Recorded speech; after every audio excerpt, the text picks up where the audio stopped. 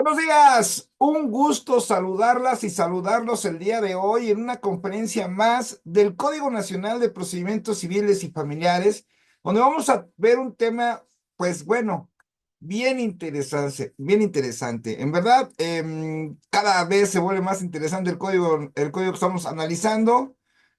Hoy, pues bueno, un día poco común ahora, pero dije, luego todo cambio resulta bueno, ¿sí? Hoy nos toca ver el tema competencia objetiva y subjetiva. Y como les he comentado en las conferencias anteriores, vamos a ir de forma cronológica, bueno, más bien secuencial, conforme al Código Nacional de Procedimientos Civiles y Familiares. Vamos a ver artículo por artículo y vamos a estar analizando todo el código, ¿sí? Todos aquí somos nuevos, todos aquí sí no podemos hablar que alguien tenga experiencia o algo. ¿Por qué? Porque apenas se está poniendo, ¿sí? Ahorita en la Ciudad de México, vean la primera fase, ya va a entrar en una segunda fase y pues va a estar en todos los estados. O sea, este es de aplicación nacional. Y la idea es de que, bueno, si queremos correr, primero tenemos que caminar, ¿ok? Quien guste copia de la presentación, ya envié las presentaciones de las conferencias pasadas, misión cumplida. También, si quieren, pongan su correo electrónico, aunque ya lo hayan puesto, pónganmelo de nuevo, por favor, porque yo hago secuencias. Hagan de cuenta que primero las tres, junto a un archivo, después otras tres, pero obtengo los correos del chat que se forma. Pongan su correo si gustan la presentación. Y si quieren pertenecer a grupos vampiro jurídicos de WhatsApp, súper interesantes, donde podemos estar conectados para ayudarnos, por favor suban su número telefónico. Bien, vamos a poner nuestra presentación del día de hoy. Ahora sí que es un horario no usual, pero vamos acostumbrándonos, acostumbrarnos a también tener los sábados o los domingos también.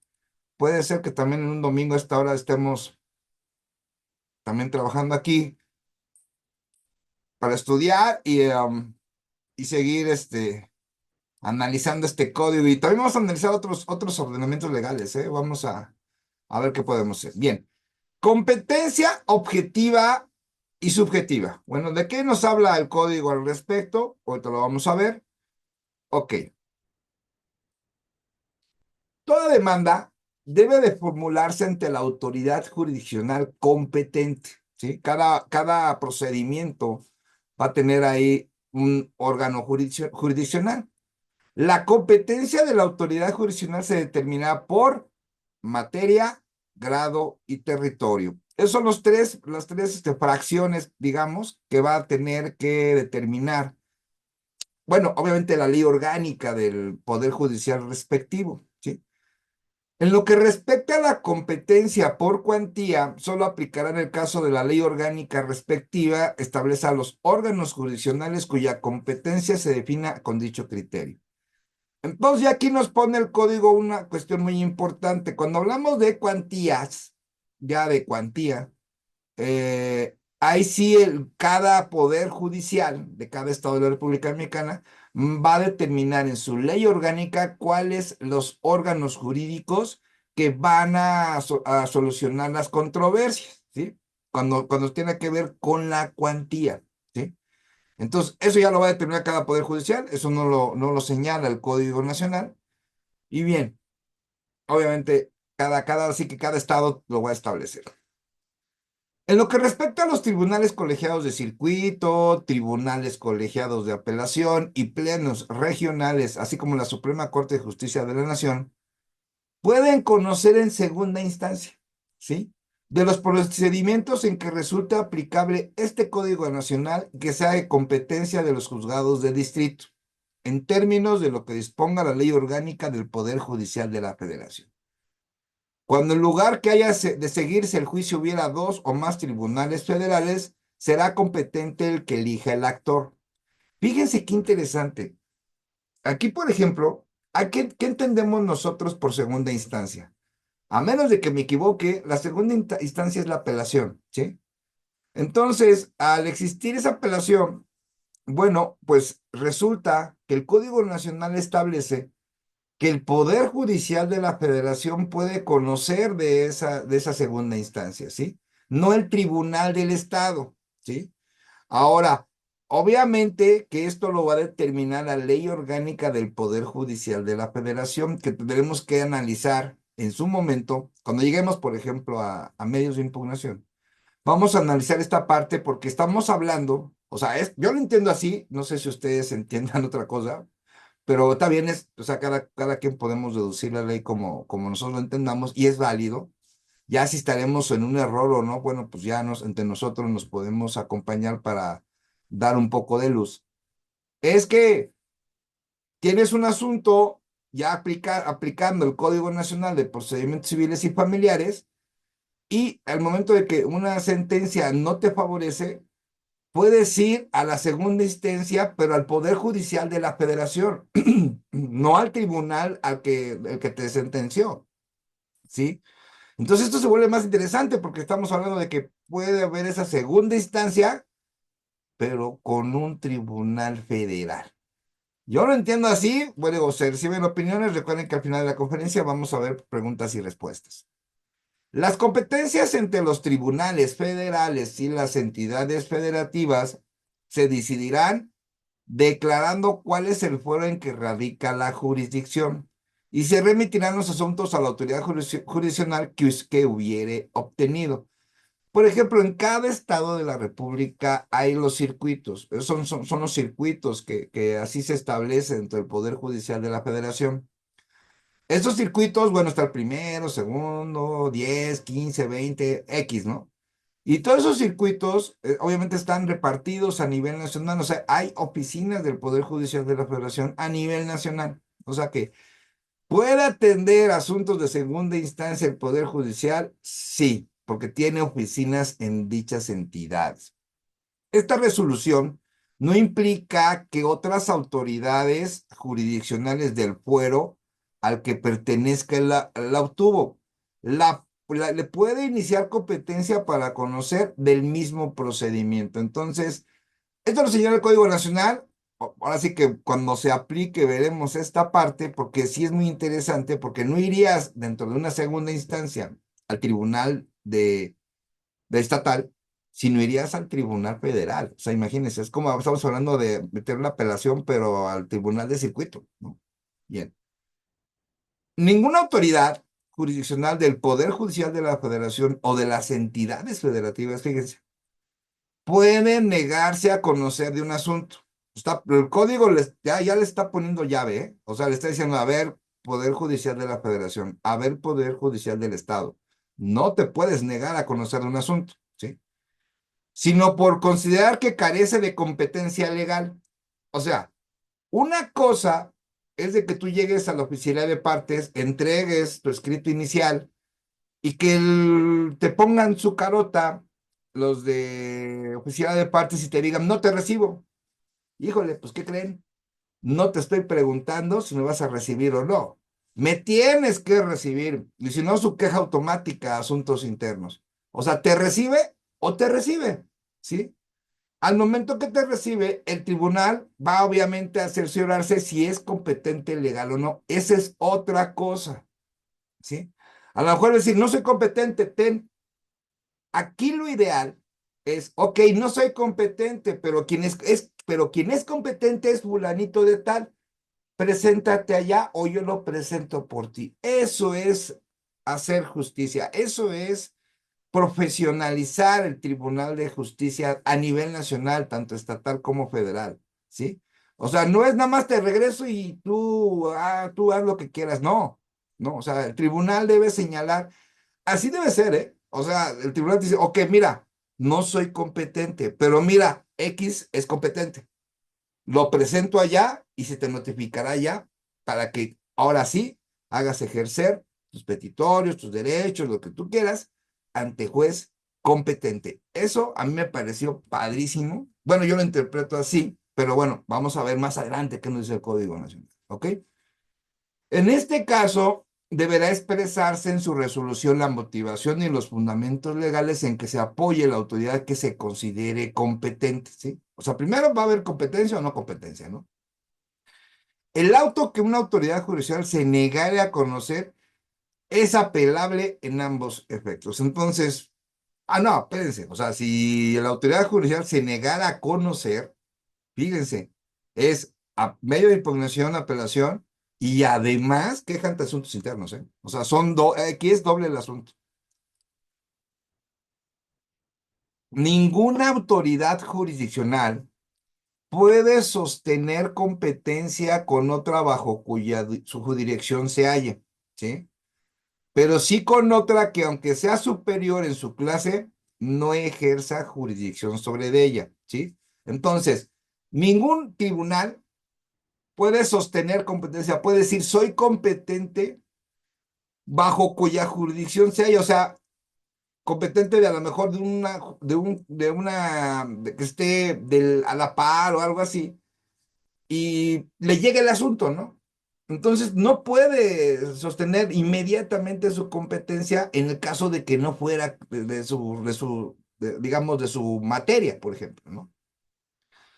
Pero lo que sí puede es ejercer esa jurisdicción si el que le compete es a su jerárquico más arriba, ¿sí? Es una situación medio rara, porque imagínense, es como que está el magistrado, ¿no? Entonces, al magistrado le compete una cierta resolución y al tribunal de distrito otra, ¿no? O, por ejemplo, está el juez de conocimiento y está el que sigue, ¿no? Ahora sí que el de alzada, ¿no? Por ejemplo. Y que el juez normal, pues pueda ejercer jurisdicción con algo que le compete con un medio de impugnación a un juez de alzada. O sea, estamos hablando de que un juez que conoce de primera instancia pueda conocer también de apelaciones, ¿sí? Yo lo veo medio raro esto, digo, pues por algo están los magistrados, por algo está un procedimiento, una sala en la cual los magistrados van a determinar las apelaciones, pero aquí lo indica el código, ¿no? Ya veremos en la práctica cómo se lleva a cabo o cómo se interpreta, porque también cada quien interpreta a como les da a entender, ¿ok? La autoridad jurisdiccional que reconozca la jurisdicción de otra por resolución expresa no puede sostener su competencia. Ok, bien, hay una resolución en la cual dice tal jurisdicción le compete esta situación, pues le va a llegar. Ese mismo juez pues, no puede sostener su competencia porque alguien más ya le dijo que de que es competente y obviamente va a estar motivado y fundado. Si el acto del reconocimiento consiste solo en el cumplimiento de un exhorto, la autoridad jurisdiccional exhortada no estará impedida para sostener su competencia. Obviamente, en los exhortos, que ya también más adelante vamos a ver cómo lo estipula el Código Nacional, pues obviamente, si se va a aplicar un exhorto o un juez es el que va a recibir, por ejemplo, un exhorto de la Ciudad de México, el juez está en Veracruz y el juez de Veracruz va a tener que tener competencia, pues claro, ¿no? Aquí, por ejemplo, si se supone que lo entregas a una oficialidad de partes, el exhorto es una oficialidad de partes general, ¿sí? La misma oficialidad de partes debe de determinar quién va a ser competente. Aquí no hay de que, ¿qué crees? Pues el oficialidad de partes de Veracruz lo turnó a un tal juez y ya se declaró que no tiene competencia. O sea, ¿cómo? O sea, nosotros como ciudadanos no vamos a determinar qué juez es competente o no si tiene unas determinadas reglas el tribunal. El mismo tribunal tiene una oficialidad de partes y esa oficialidad de partes está obligada a turnar en un exhorto, por ejemplo, al juez competente. O sea, no vamos a ir a hacer su chamba de ellos, ¿no? Entonces, hay que tener en cuenta eso. Las partes pueden desistirse de seguir sosteniendo la competencia de una autoridad jurisdiccional hasta antes que se resuelva la misma. Si se trata de competencia por territorio, o sea, pueden desistirse y sosteniendo la competencia, pero debe ser antes de que se resuelva. Eso quiere decir antes de sentencia. La competencia por razón del territorio y materia son las únicas que se pueden prorrogar, salvo que correspondan al fuero federal. O sea, se pueden prorrogar, pero ojo, salvo las que correspondan al fuero federal, ¿sí? Esto de correspondencia, digo, es un estudio de ver, bueno, dónde va a iniciar el procedimiento y en base a qué. Los supuestos de competencia territorial y materia, bueno, de materia, pues ya conocemos, civil, puede ser una acción personal, una acción real, puede ser, por ejemplo, un sucesorio, controversia del orden familiar. Pero obviamente el Código Nacional, y ahorita más adelante lo vamos a ver, bueno, pues cuándo va a aplicar o qué requisitos se va a tener que hacer, ¿sí? O sea, va a tener que señalar, bueno, si los hechos sucedieron en tal lado, pues va a ser competencia tal juez. Tomando en cuenta esa situación, pues no vamos a tener problema de determinar, bueno, qué juez va a ser competente y quién no, ¿sí? La competencia por razón de materia únicamente es prorrogable en las materias civil y familiar y en aquellos casos en que las prestaciones tengan íntima conexión entre sí, ¿sí? O por los nexos entre las personas que litiguen, sea por razón de parentesco, negocio, sociedad o similares, o deriven de la misma causa de pedir, sin que para que opere la prórroga de competencia en las materias señaladas sea necesario convenio entre las partes, ni dará lugar a excepción sobre el particular. Aquí es muy importante que nos dice muchas cosas este código. Vamos a desmenuzarlo.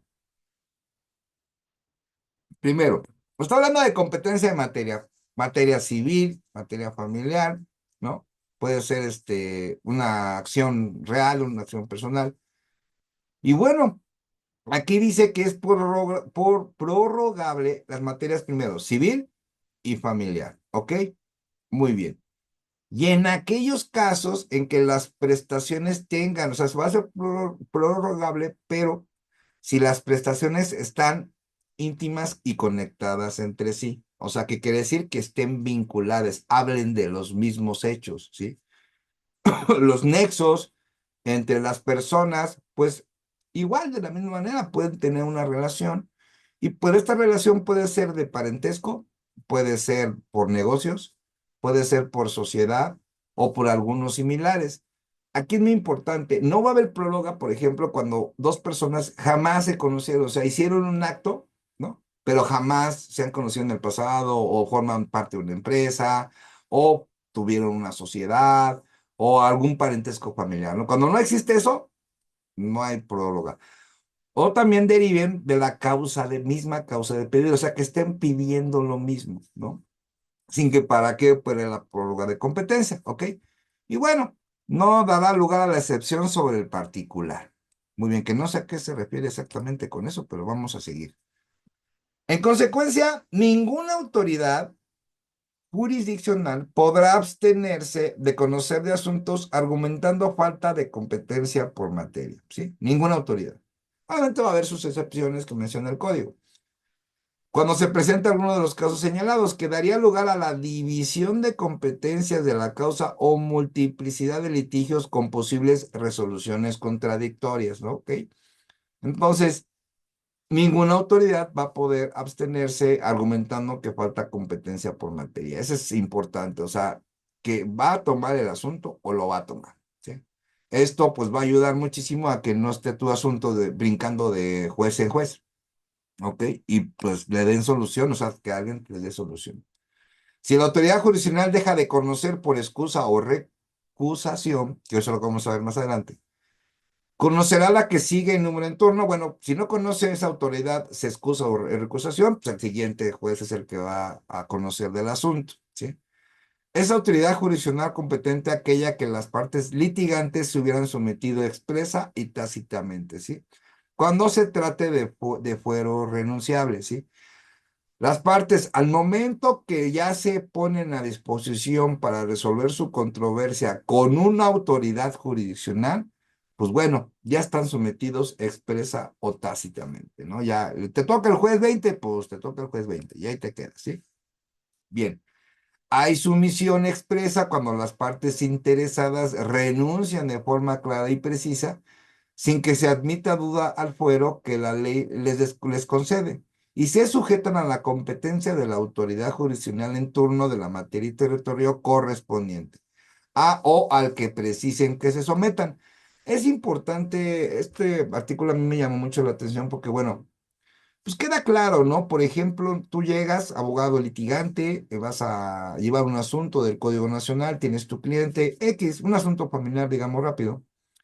¿Cómo inicia el procedimiento? Bueno, este código vamos a aprender que existe el procedimiento digital, va a ser todo digital, va a ser en línea todo, o procedimiento oral, ¿no? Entonces, un procedimiento oral, pues no inicia por sí solo, sino tiene que haber un escrito. Entonces, inicia el escrito, tú le entregas a una oficialidad de partes Y tú no le vas a decir al tribunal, oye, tribunal, por favor, que lleve mi asunto el juez 12. O sea, eso es imposible, eso no puede suceder. Entonces, nosotros como parte nos vamos a someter a juez X, ¿no? Que es el que va a llevar nuestro asunto. Y obviamente eso, pues no lo podemos ni renunciar, no podemos decir, oye, ¿qué crees? Como me tocó el juez 12, pues no crees, renuncio y mejor me espero porque yo quería con el juez 15. O sea, no se pueden acomodar las cosas, ¿no? Eso es imposible en un juicio, ¿sí? Entonces, bueno, el código lo tiene señalado. Bueno, ¿qué se entiende por sometidos? Fíjense, estábamos viendo de que una persona, las partes se van a someter. Ok. La parte demandante, por el hecho de ocurrir a la autoridad jurisdiccional en turno, entablando su demanda, ¿sí? O sea, el simple hecho que lo demandas ya está sometido. Ya no, tú no tienes por qué elegir el juez. La parte demandada por contestar la demanda o por reconvenirla a la parte actora. O sea, el hecho de que tú ya contestes ya está sometido, ¿no? Si eres parte demandada. La persona que habiendo promovido una incompetencia se desiste de ella, pues también. La persona tercera opositora y a la que por cualquier motivo viniera a juicio. Todos los que intervienen en el juicio están sometidos al juez que señale el tribunal. Palabras más, palabras menos, ¿sí? En pocas palabras, eso dice el Código Nacional. También establece que será nulo todo lo actado por la autoridad jurisdiccional que se declare incompetente, salvo que se trate de incompetencia sobrevenida, caso en el cual será nulo todo lo actuado a partir del momento en que tienes efectos de dicha incompetencia. Entonces, la incompetencia será nulo todo lo actuado cuando se busque la incompetencia del juez, pero existe la figura de incompetencia sobrevenida. Fíjense, entonces, ¿qué vamos a entender por incompetencia sobrevenida? Que se va a hacer nulo todo lo actuado del juez, pero hasta que se declare incompetente. Obviamente, cuando un juez se declara incompetente, pues ya no va a actuar, ¿sí? Ya no va a actuar, ya no va a ejercer algún documento o algo. Pero si no hay incompetencia sobrevenida, fíjense el alcance de la incompetencia. Todo lo actuado por el órgano jurisdiccional es nulo. ¿Esto qué quiere decir? Que el juicio regresa al inicio y volvemos a iniciar, ¿no? Entonces, no creo que suceda esos casos, puede ser, pero la verdad dudo que llegue a tener algo así. Esta nulidad de actuaciones es de pleno derecho y solo bastará para ello que se declare la incompetencia por la autoridad jurisdiccional para que las cosas que se restituyan al estado en que se encontraban hasta antes de que se practicaran dichas actuaciones. Entonces todo se regresa normal declarándose una incompetencia. Serán válidas las actuaciones de una autoridad jurisdiccional competente aun cuando declaren nulo o no existente el acuerdo en que se pactó su competencia, ¿sí? O sea, el código te dice, es nulo todo lo actuado. Es lo que luego me fascina en los ordenamientos legales. Primero te dice, no, ya, no, se va a declarar nulo lo actuado de un juez incompetente cuando se declara incompetente, ¿ok? Pero acá abajo dice, serán válidas las actuaciones, fíjense, de una autoridad jurisdiccional competente, aun cuando declare nulo o inexistente el acuerdo en el cual se pactó su competencia. Ok, entonces el acuerdo se pactó su competencia, si fue competente o qué pasa aquí. Yo en lo particular quiero pensar que los tribunales van a hacer acuerdos cuando empiezan a hacer los escritos iniciales, cuando van a iniciar un procedimiento, desde el primer momento van a que tener que fundamentar y motivar su competencia y eso es en todos los asuntos. Si tú revisas un amparo en revisión, si tú, un pronunciamiento de un tribunal de circuito, pues este refiere primero porque es competente, pues eso lo hacen todas las autoridades. Entonces, aquí, bueno, es algo que pues, ya conocemos, ¿no? Entonces, no nos vamos a meter muy de fondo porque ya que si dijo esto el código y que se interpreta de tal manera, ¿no? Porque tenemos que ver todo el código. Ya en una clase, digamos, específica del tema ya lo trataremos.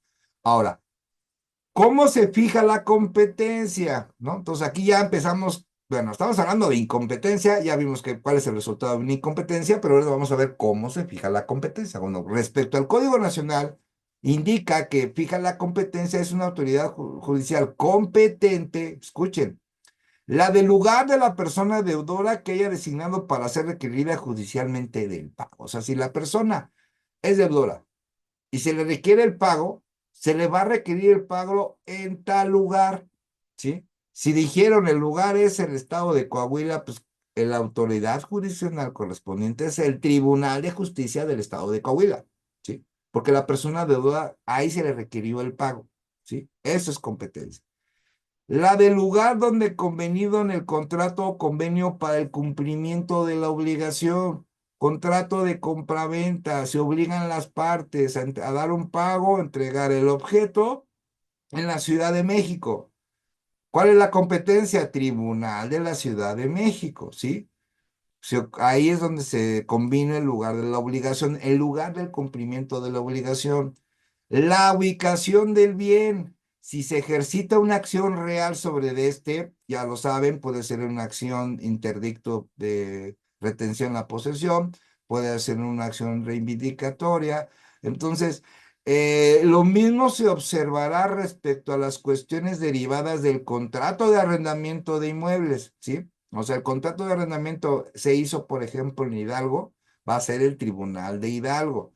Cuando estuvieron comprendidos en dos o más jurisdicciones, será competente aquella en que se encuentre la mayor parte de ellos, ¿sí? Ejemplo, se renta un vehículo, pero el vehículo está en Guanajuato y la renta del vehículo se hace en la Ciudad de México, ¿sí? Entonces, ¿cuál será competente? ¿Dónde estaba el vehículo o donde se hicieron el contrato, sí? Aquí dice en que se cuente la mayor parte de ellos. La verdad, les soy sincero, parte de ellos, pero ¿quiénes ellos? O sea, ¿qué? Los objetos, las personas, o sea, aquí sí la verdad se les fueron los pies porque no es claro, ¿sí? Entonces, no define, dice, cuando estuvieran comprendidos en dos o más jurisdicciones, será competente aquella, o sea, aquella situación, en que se encuentren la mayor parte de ellos. Parte de ellos, ¿pero qué? O sea, ¿cuáles? Las personas, los objetos. Y les pongo el ejemplo, hay un contrato de un préstamo, un contrato de préstamo de un vehículo, lo haces en la Ciudad de México, pero el vehículo está en Guanajuato. A ver, y si hay una controversia, dónde va a ser la competencia? ¿En Guanajuato o en la Ciudad de México? Y aquí nos dice el código, pues donde se encuentra la mayor parte de ellos. Sí, pero ¿cuáles ellos? Aquí sí va a estar muy buena la interpretación cuando se lleven a cabo de competencia, porque ya vimos, si hay incompetencia, se regresa todo el juicio, queda todo nulo, ¿sí? Entonces, vamos aprendiendo juntos en el código. La del domicilio de la parte demandada, ¿sí? O sea, el domicilio de la parte demandada. Si se trata del ejercicio de una acción sobre bienes muebles, de acciones personales, colectivas o del estado civil, ¿sí? Cuando sean varias las personas demandadas y tuvieran diversos domicilios, será competente la autoridad jurisdiccional que se encuentre en turno del domicilio que elija la parte actora. Ah, aquí ya está más claro, ¿ok? Bien. ¿Cuál va a ser el tribunal competente? Ah, fíjate, va a ser, lo señala el Código Nacional, el domicilio de la parte demandada. Cuando se trate de acciones de bienes sobre muebles, acciones personales, colectivas o del Estado civil, ¿ok? Aquí en ningún momento veo inmuebles, se refiere a muebles, ¿ok? Entonces, no aplica, por ejemplo, o sea, no podremos utilizar el domicilio de la parte demandada, por ejemplo, en unas acciones sobre bienes inmuebles, ¿sí? Hay que leerlo con delicadeza el código, ¿sí? ¿Ok? Ahora, hay varios demandados y unos están en un estado, otros están en otro. Pues, ¿qué creen? La parte actora ahora sí dice, ¿saben qué? El código me da la facultad de elegir yo el tribunal. Yo elijo el domicilio que yo quiera. Pues obviamente va a elegir pues, el domicilio que le quede más cerca, ¿ok? Con independencia que sean varios demandados que estén en otros estados de la República Mexicana. Poco a poco vamos avanzando en el Código Nacional. Quien guste participar en grupos vampiro, por favor suba su número telefónico. Quien guste copia de la presentación, por favor suba su correo electrónico. En los juicios sucesorios, bueno, ¿qué pasa en los sucesorios? ¿Qué tribunal es competente en los juicios sucesorios? La autoridad jurisdiccional en cuya jurisdicción haya tenido su último domicilio el autor de la asociación, el de Cujus, ¿ok? Último domicilio del autor de la asociación. Es el primerito que es el que se va a interpretar para que sea competente, ¿sí? A falta de este domicilio, ojo, a falta, ¿eh? Cuando no tenga ese último domicilio, lo será el de la ubicación de los bienes inmuebles, ¿sí? Que forman la herencia y si si estuvieran en varias jurisdicciones, ¿sí? El de aquel que se encuentre el mayor número, ¿sí? Por ejemplo, aquí nos dice, ¿sabes qué? El último mueble fue ubicado en Veracruz. Sí, pero ¿qué crees? En Chiapas hay otros 3 bienes inmuebles. Ah, ok, entonces no podremos hacerlo en Veracruz, podremos hacerlo en Chiapas, ¿sí? Cuando hay el mayor número, ¿sí? A falta de domicilio y de bienes inmuebles, el lugar del fallecimiento de la persona autora de la herencia, sin que pueda alterarse el orden anterior. O sea, habla de un orden, ¿sí? Lo mismo se observarán en casos de declaración especial de ausencia por desaparición o presunción de muerte. En los supuestos de la presente fracción, no procede sometimiento expreso tácito alguno. Aquí no existe el sometimiento, ¿sí? Aquí el código es muy claro. Cuando hay un juicio sucesorio, lo primerito que va a tomar para su competencia es el último domicilio del autor de la sucesión, del de Cujus. Esa es su última dirección, ¿sí? ¿Qué pasa en los juicios sucesorios? Y eso se los voy a comentar porque ya nos ha tocado como así asuntos. Y es lo que puede pasar llevando asuntos sucesorios. Es de que, pues, alguien hable de la sucesión señalando el último domicilio del autor de la asociación, pues el primerito que señala el Código Nacional, pues entra, ¿no? Y no faltan los vivos que dicen, no, pues como ya abrieron allá, fue en Veracruz, y los domicilios están en Chiapas, pues yo hablo con el Tribunal de Chiapas, abro la sucesión en el Tribunal de Chiapas, y señalo esta parte, ¿no? Que la mayor número de bienes están en Chiapas, pero que desconocemos su último domicilio del autor de la sucesión. Entonces van a abrir 2 sucesiones y va a llegar un momento en que alguien pues las va a descubrir. ¿Cuál será de incompetencia? Pues el segundo, ¿no? ¿Y qué acaba de decir el código? ¿Qué acabamos de revisar? Que cuando hay una declaración de incompetencia por parte del órgano jurisdiccional, todo lo actuado, todo queda nulo. Entonces, ¿qué vamos a hacer nosotros? Si nosotros estamos llevando el juicio sucesorio y pusimos el último domicilio del autor de la asociación, llega la contraria. No, yo ya tengo mi juicio en Chiapas, que no sé qué. El problema, a ver, solicitamos la incompetencia del tribunal y obviamente la nulidad de todo lo actuado. Sencillo. Y obviamente el código es muy claro.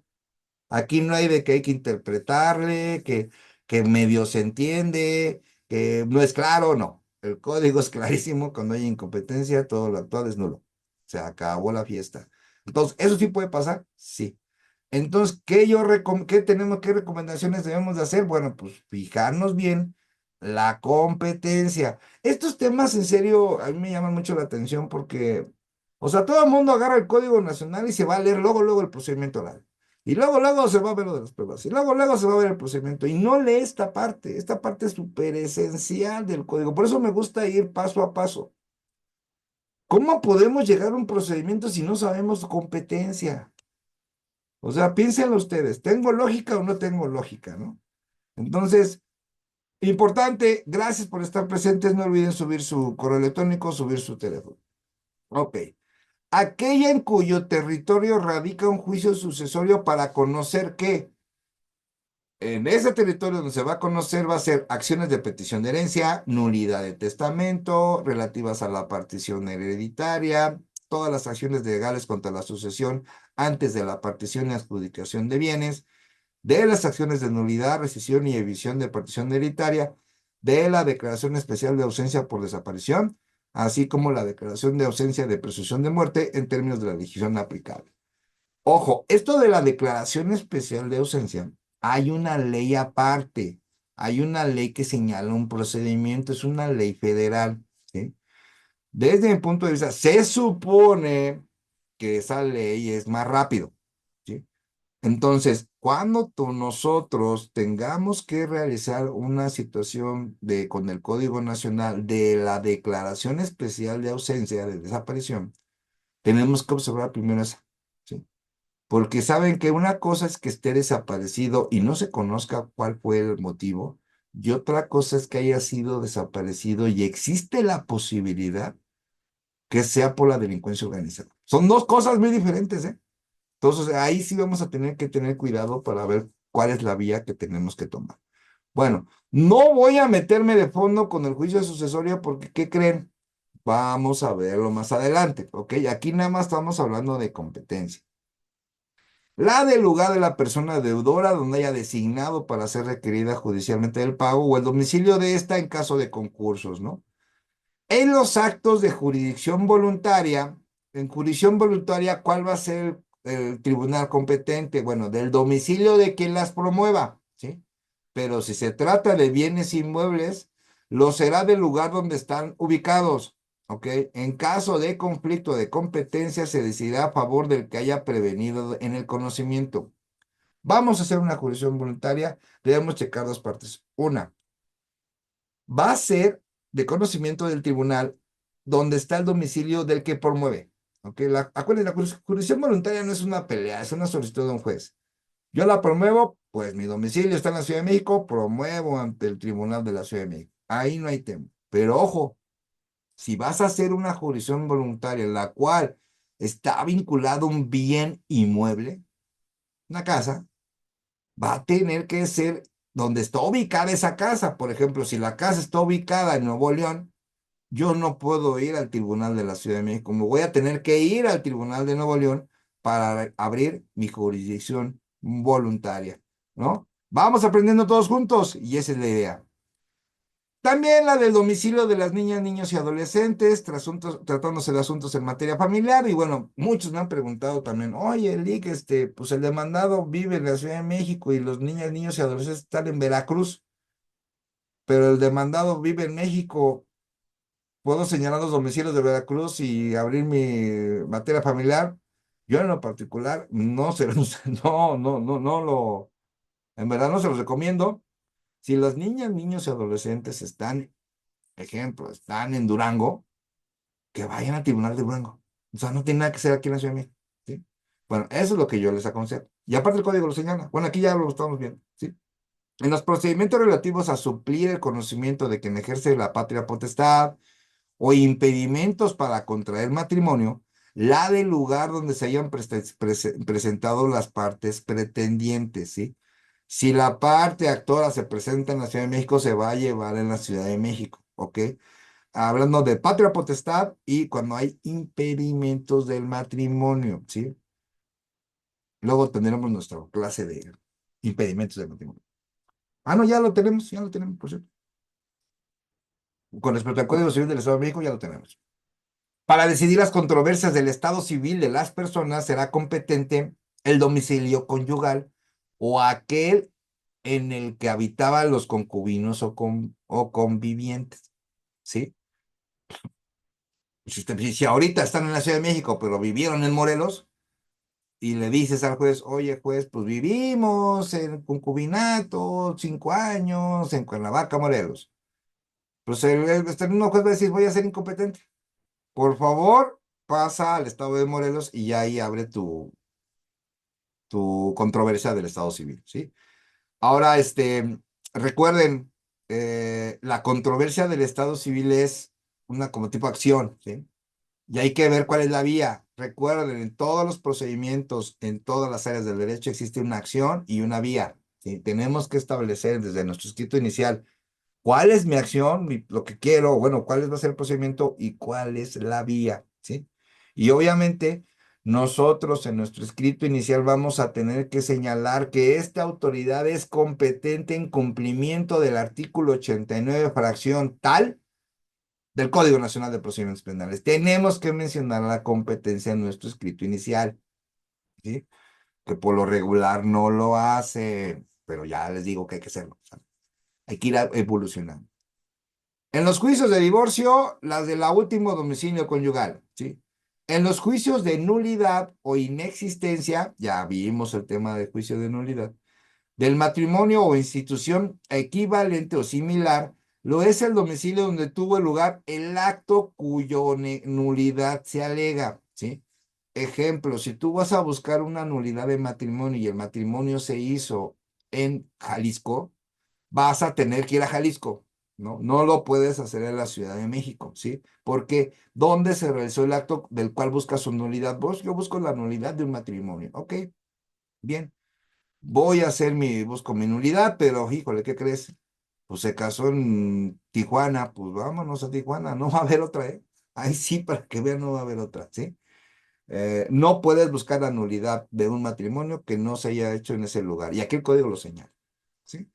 Y recuerden, como yo lo vuelvo a repetir, en los escritos iniciales tenemos que señalar por qué es competente ese tribunal. Eso ya es empezarlo a hacer, ya empezar a conocer más procesalmente el Código Nacional, ¿ok? En los juicios de rectificación de actas de estado civil, las del domicilio del actor, ¿sí? Ahora, en caso de abandono de hogar, la del domicilio en el que residía al momento del abandono, el cónyuge, concubino, concubino, conviviente, que alegue dicho abandono. En el juicio de alimentos o violencia familiar, la del domicilio de la persona acreedora alimentaria, la de la receptora de la violencia o la parte demandada a elección de la parte actora. Aquí sí la parte actora puede jugar, ¿sí?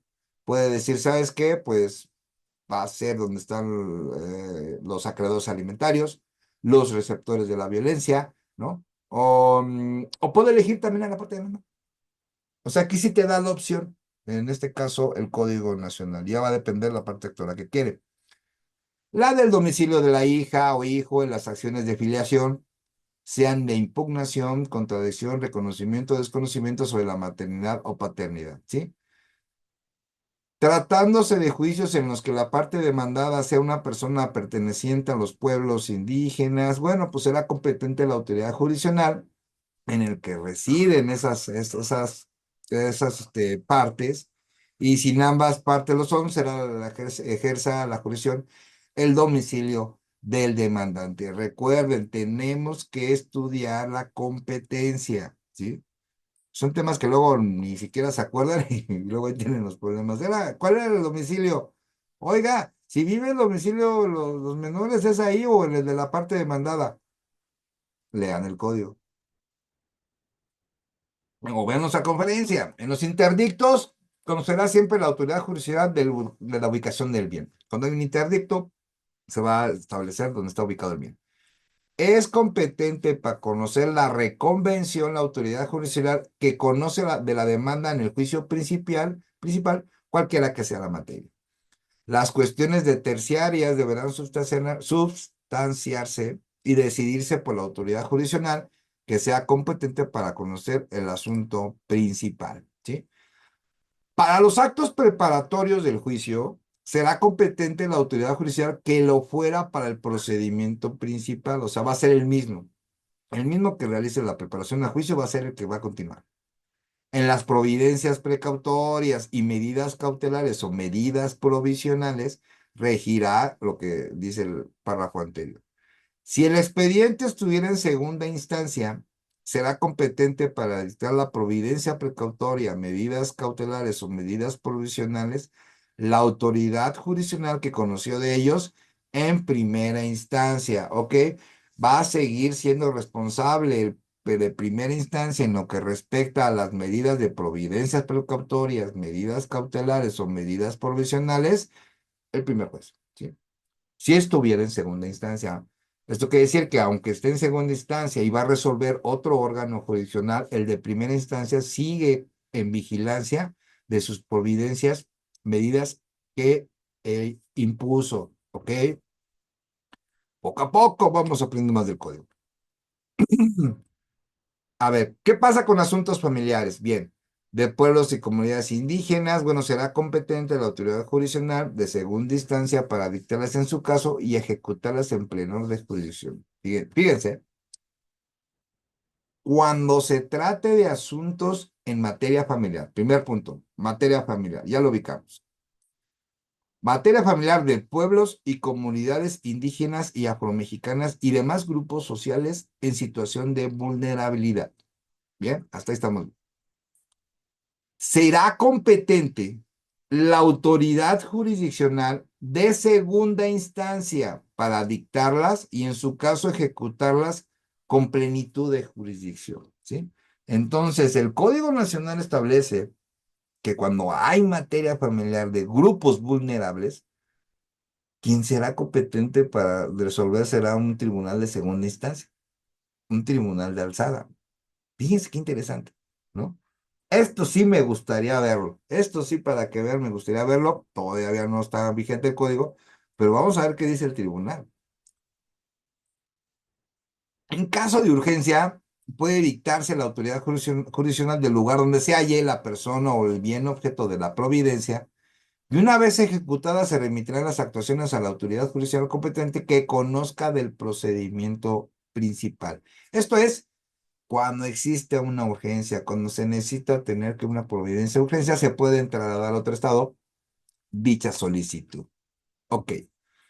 Ahora, ya hablamos cuándo son competentes, ¿ok? Espero que no haya dudas, si no, pues seguiremos estudiando lo de la competencia. Esto sí es, la verdad, en el escrito inicial hay que poner por qué es competente ese tribunal o por qué va a ser competente determinado juez. Yo soy de la idea de ponerlo. Y si no lo ponen, está obligado el tribunal a ponerlo. ¿Sí? O sea, tiene que obligarse el tribunal. Bien. ¿Qué pasa con la substanciación y la decisión de competencias? Bueno, vamos a ver qué pasa. Bien.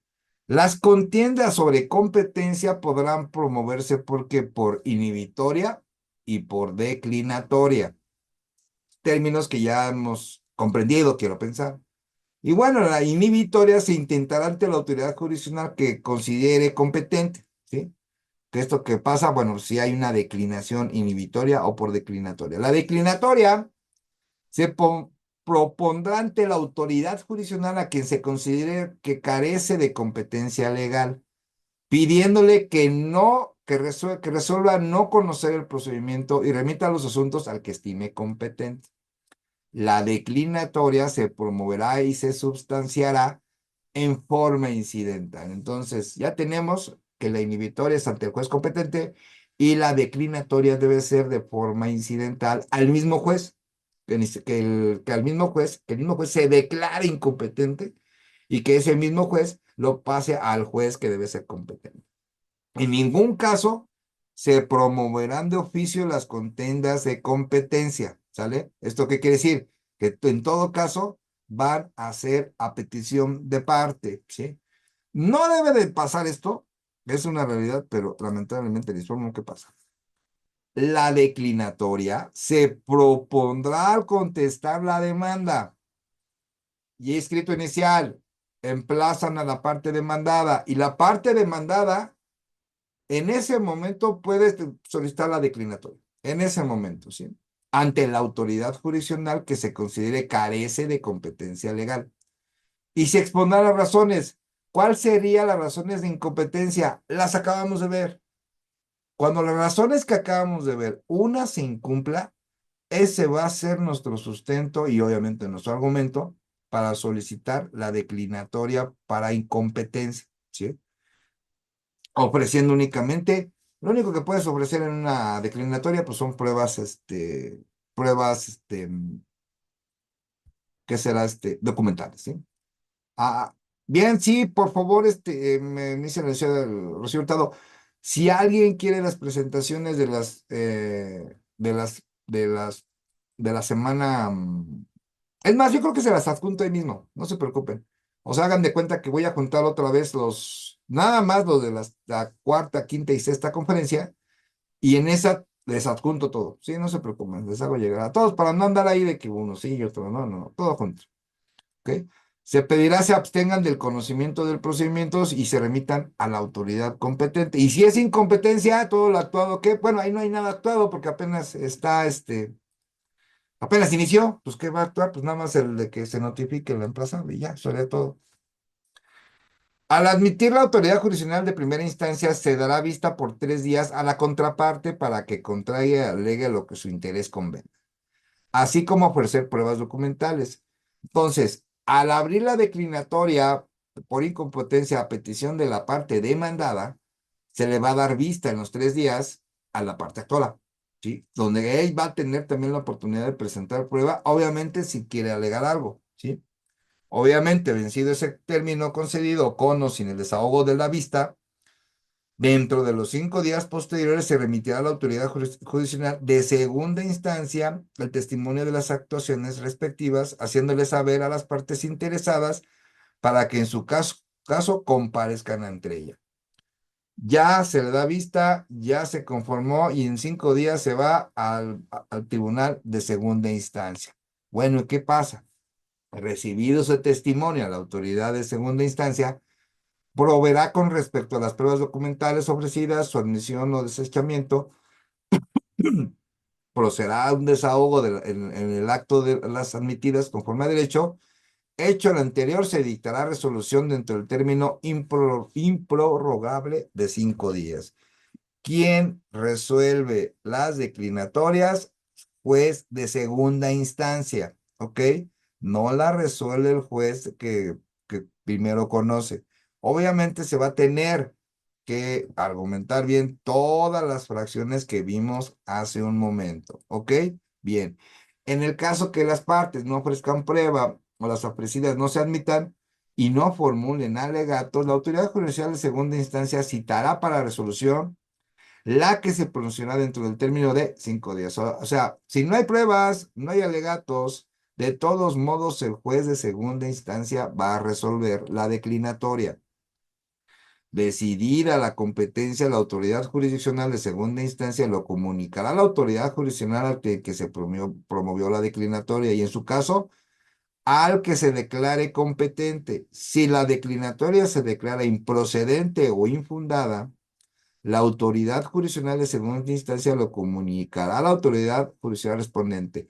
Si hay una improcedencia o no existe, está infundada la solicitud de la declaratoria, pues bueno, pues ya pues todo sigue igual, no pasa nada. La autoridad jurisdiccional ante que se promueve la inhibitoria, bueno, ¿a qué pasa con la inhibitoria? Bueno, gira oficio requiriendo al que se estime incompetente para que deje de conocer el procedimiento y le remita los autos dentro de los 5 días posteriores. La resolución que niegue el requerimiento es apelable, ¿sí? Si la inhibitoria se aprueba ante la autoridad jurisdiccional de segunda instancia respectiva, la resolución que niegue el requerimiento no admite recurso ordinario alguno. Te vas a tener que ir al juicio de amparo. ¿Qué pasa con la declinatoria? Lo solicita la parte demandada, se va a segunda instancia, ella decide. En la inhibitoria, una parte va a un juez diverso, en el cual solicita que sea inhibitoria un juez, porque es incompetente. Entonces, este juez le va a pedir al juez que se presume es incompetente todo lo actuado para poder decidir, o en su caso, el juez de segunda instancia, ¿ok? Y bueno, ahí se va a determinar si existe la inhibitoria.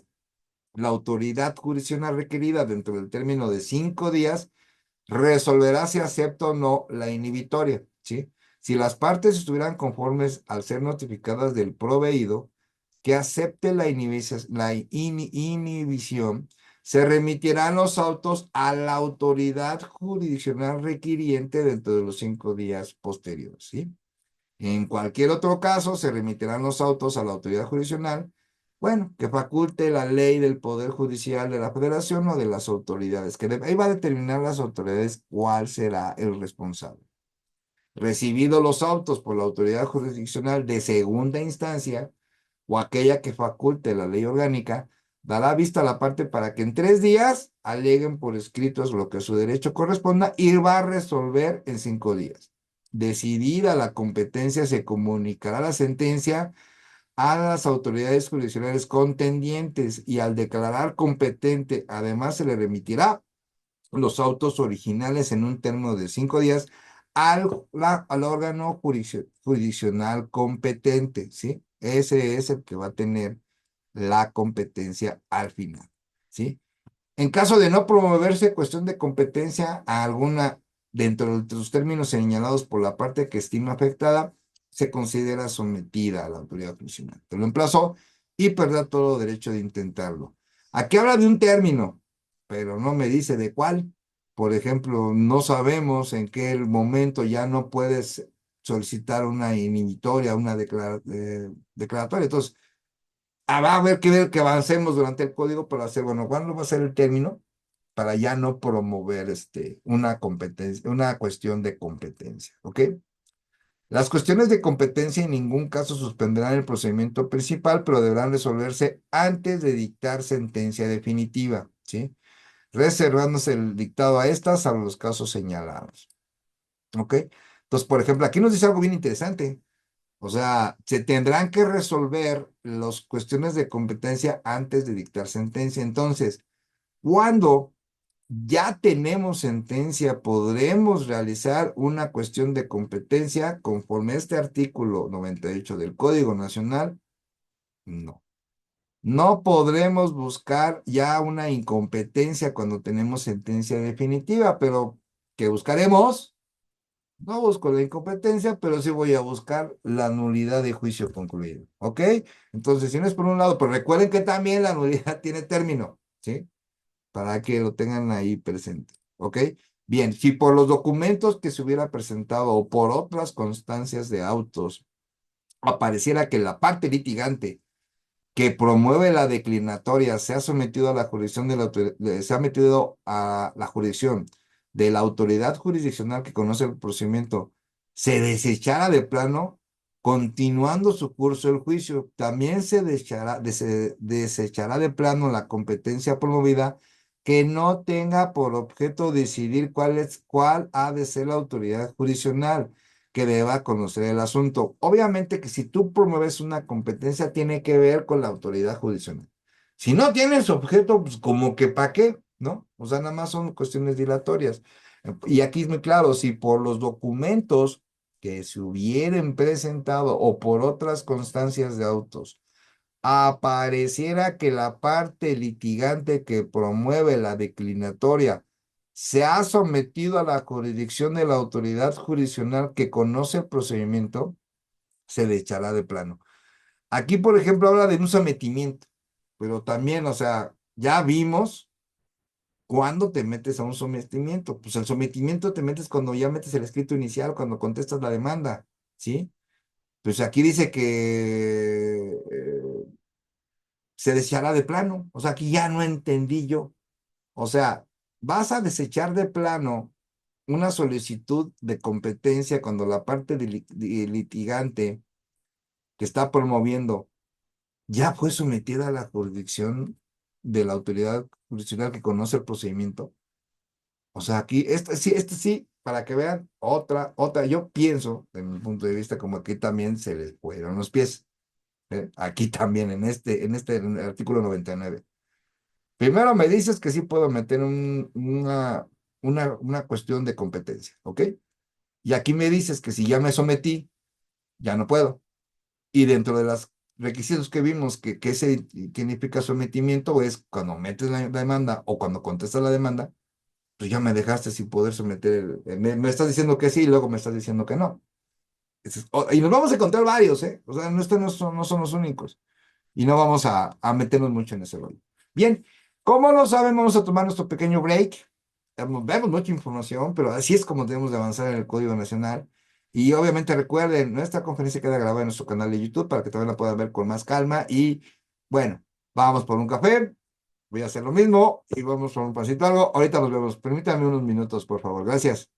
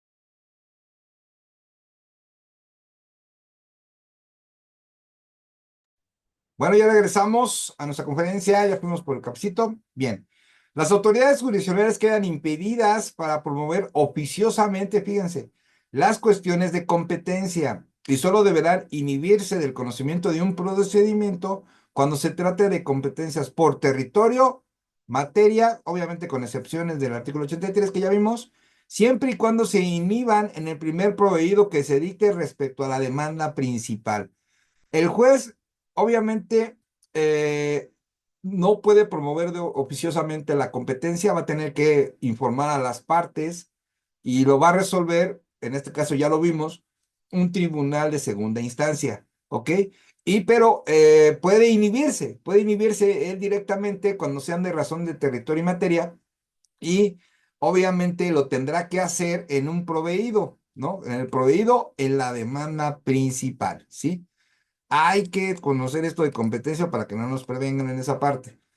Cuando dos o más autoridades jurisdiccionales locales de la misma jurisdicción se nieguen a conocer determinado asunto, escuchen, dos o más, no una, dos o más, y quien se vea perjudicada ocurrirá ante la autoridad jurisdiccional de segunda instancia.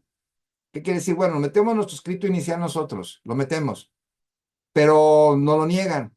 Lo volvemos a meter, nos lo niegan otra, segunda autoridad también lo niega, o lo meten la primera, lo niegan, lo pasan a otro y lo niegan. Obviamente los promoventes vamos a tener que acudir al de segunda instancia en turno dentro de un término de 5 días contados a partir de que las últimas de dichas autoridades se negó a conocer. Eso tenemos un término, son 5 días, pero ojo, dos o más autoridades, no a la primera, ¿ok? Em, Después que en el término de 3 días se remitan los expedientes originales que se contengan sus respectivas resoluciones. Si las dos partes consideran que la causa de perjuicio o la negativa a conocer del asunto sea de materia diversa y ambas ocurrieron a autoridades jurisdiccionales de segunda instancia de diferentes tribunales, será competente para resolver el primero que reciba la inconformidad, ¿sí? Entonces, ahí va a estar importante ver, bueno, cuál va a ser el juez que se va a inconformar y, bueno, él va a tener que conocer. Obviamente, esto yo lo veo muy raro, porque se supone que nosotros ya debemos de conocer, bueno, a qué instancia tenemos que recurrir. Y se supone que cuando tú metes tu escrito inicial dentro de un tribunal, el mismo tribunal debe de establecer quién es el juez competente, repito. O sea, ahí no puede haber esos errores dentro del tribunal. Y esto me gusta, fíjense, esto me gusta para que los operadores del tribunal se les abra una investigación en asuntos internos, ¿eh? Porque eso va a ser a su posición dentro de lo que tiene que hacer, ¿sí? Repito, nosotros como abogados litigantes no vamos a hacer la chamba del tribunal, ¿eh? El tribunal tiene sus propias o propios operadores que obviamente van a tener que fijar bien quién va a ser el juez competente. Aquí mucho cuidado, en verdad. Si nosotros vemos que hay incompetencia laboral por parte de los operadores del tribunal, no nos queda otra. Todos los tribunales a nivel nacional, incluyendo el Tribunal Federal, tienen sus áreas de asuntos internos, sus áreas de quejas. Levantemos la queja, se acabó el tema, ¿sí? Aquí estamos aprendiendo, pero también tenemos que aprendernos a defendernos, ¿sí? Y hay autoridades y hay instancias que van a estar observando, ¿sí? Ahora, lo que se va a conocer ahora, por ejemplo, en el Poder Judicial, lo que se llama disciplina judicial. Muy bien. Una vez recibidos los autos por la autoridad jurisdiccional de segunda instancia correspondiente, de dar vista a las partes en términos de 3 días para que ofrezcan documentales. O sea, este principio de concurrencia por parte de las partes, de que tengan conocimiento, pues obviamente tiene una lógica, ¿no? Una lógica que se va a preservar los derechos de las partes, tanto de una como de la otra, ¿sí? Si hay una incompetencia, si hay una cuestión de competencia, pues van a tener que ser informadas y podrán ofrecer en el caso de que digan, bueno, es que el juez sí es competente y todo esto. Pero ojo, vuelvo a repetir, tenemos que observar el origen de esa competencia, ¿sí? Y bueno, ahí sí no debe de haber dudas porque se supone que la autoridad debe saber quién es el juez competente, vuelvo a repetir. Cuando dos o más autoridades jurisdiccionales federales, y ahora vámonos a lo federal, se niegan a conocer un determinado procedimiento, la parte interesada deberá ocurrirá a las autoridades jurisdiccionales que faculte el Poder Judicial de la Federación sin necesidad de agotar recursos ordinarios. No, aquí no va a haber recursos ordinarios, sino simplemente vamos a darle conocimiento a la autoridad que señale el Poder Judicial Federal, a fin de que ordene los que se nieguen a conocer, que les envíen los expedientes a que contengan sus respectivas resoluciones. O sea, esto de la competencia es todo un tema, pero vuelvo a lo mismo. Debe de ser el mismo órgano jurisdiccional que debe resolver desde un principio, ¿sí? Obviamente, recibidos los autos, se correrá de ellos traslado por 5 días, el Ministerio Público, al Ministerio Público, y desahogado que sea, se dictará la resolución que proceda dentro de igual término. Igual, 5 días. Cuando la negativa a conocer se suscite entre dos o más autoridades del fuero común y federal, o sea, ahora sí que combinado, y además se encuentra en el mismo circuito judicial.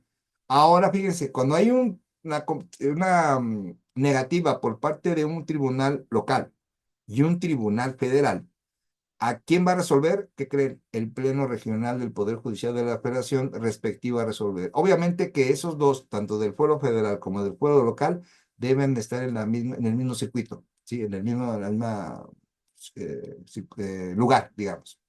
¿Ok? Será el Pleno Regional del Poder Judicial de la Federación la autoridad jurisdiccional que conoció en primer momento del asunto, ¿no? También ahí se va a determinar quién será el que de su competencia. Se van a recibir los expedientes y se va a resolver como lo dispuesto en el artículo 95 que ya vimos, ¿ok? En el caso que se declare infundada e improcedente la incompetencia, se aplicará una corrección disciplinaria por los montos señalados en el artículo 192, que más adelante vamos a ver, ¿sí? Obviamente que cuando se vea la incompetencia, se solicita la incompetencia, pero es infundada, y esto se puede tomar como razón de que se quiera dilatar el juicio, que se quiera ganar tiempo. Yo en lo personal no lo recomiendo. Nosotros como abogados litigantes no debemos de sacar los asuntos más rápido. Entre más rápido, más, tenemos más ingresos, ¿no? Entonces yo no soy de la idea de atrasarlos. Va a haber una corrección disciplinaria y va a haber un monto, va a haber un pago. Y bueno, ya ahora sí que cada abogado tendrá ahí cómo va a decidir, ¿ok? Bien. Ahora vamos a hablar de los impedimentos y de las excusas, ¿ok? Las autoridades jurisdiccionales se tendrán forzosamente impedidas para conocer, bueno, ¿cuándo? ¿Cuándo va a estar impedido un juez? Bien, yo creo que todas conocemos muchas de estas. Y una es cuando hay un interés directo o indirecto en el procedimiento, cuando en los procedimientos sean del mismo interés para su cónyuge, concubina, concubinario, concubinente, parientes consanguíneos, en línea recta, sin limitaciones de grado, y los colaterales dentro del cuarto grado, y los afines dentro del segundo, ¿ok? Entonces, bueno, cuando haya una relación o un vínculo consanguíneo, o una relación, por ejemplo, de cónyuge o concubinato entre el juez y una de las partes, el juez está impedido. O sea, no puede llevar el asunto, no va a poderlo resolver y obviamente pues tendrá que impedirse ese juez, ¿ok? También pasa siempre que entre su cónyuge, concubina, concubinario, conviviente, ascendiente o sus descendientes o alguna de las partes interesadas haya una relación de intimidad nacida de algún acto civil o religioso, sancionado y respetado por la costumbre, relación, o sea, todo tipo de relación que pueda existir entre el juez y alguna de las partes, el juez va a estar impedido. También, si fuera pariente, consanguíneo, de la persona representada, autorizada, abogado o procurador de alguna de las partes en los mismos grados que se refiere en la fracción, grado consanguíneo, ¿ok? Pero fíjense en esta última, va a quedar impedido, aquí estamos hablando del impedimento por parte de las autoridades jurisdiccionales, ¿sí? Ahora, ¿quiénes son las autoridades jurisdiccionales? Quiero que tengan esto en mente. No solamente es el juez, puede ser el secretario que lo auxilie, puede ser el trabajador de que esté en el archivo, puede ser alguna cuestión ahí que tenga conocimiento del procedimiento, del tocar el caso, ¿sí? Obviamente que un expediente, tanto sea digital como sea físico, Pues, ¿qué personas intervienen? Bueno, pues, interviene desde el momento el oficial que te recibe el escrito, el oficial que va a notificarte, el trabajador del juzgado, ¿sí? Todos los juzgados tienen a su cargo diferente tipo de personal, ¿sí? Entonces, entonces estos impedimentos va para todos, ¿sí? Un ejemplo, hay un oficial que es el esposo de una señora que metió un escrito, que está metiendo un escrito en un interés que tiene ahí, pero el esposo trabaja en el mismo juzgado. ¿Qué creen? Va a quedar impedido esa persona, van a tener que cambiar ese escrito de ese juzgado a otro. ¿Por qué? Porque un oficial es el esposo de una de las partes, ¿sí? Es muy importante. Aquí dice autoridades jurisdiccionales, aquí sí hablan de todos, ¿sí? Y todos los juzgados tienen sus propios elementos. Entonces, nosotros como abogados litigantes tenemos que estar bien atentos a esto, ¿sí? Porque una persona que tenga un vínculo familiar, amistoso, afectivo o como sea, entre nuestra parte contraria, ¿qué creen? Sí puede haber favoritismo, sí puede haber alguna cuestión que es contraderecho, ¿ok?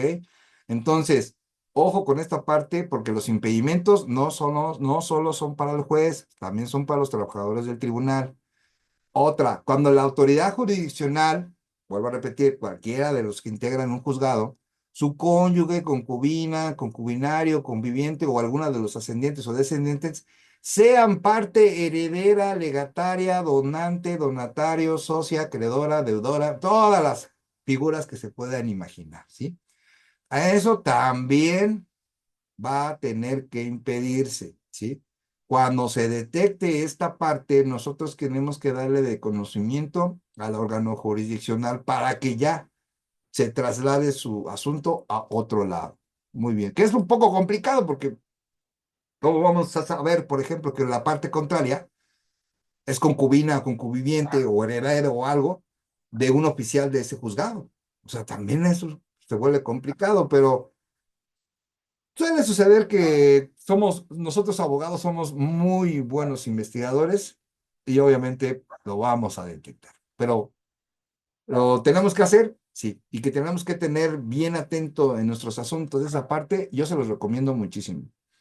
Si ha hecho promesas o amenazas también, ese es otro punto, ¿no? Que ha manifestado de otro modo su odio o afecto a alguna de las partes o ha sido sujeto de amenazas o animadversión de alguna de las partes, ha influido su fuero interno de tal manera que se ponga en riesgo la imparcialidad.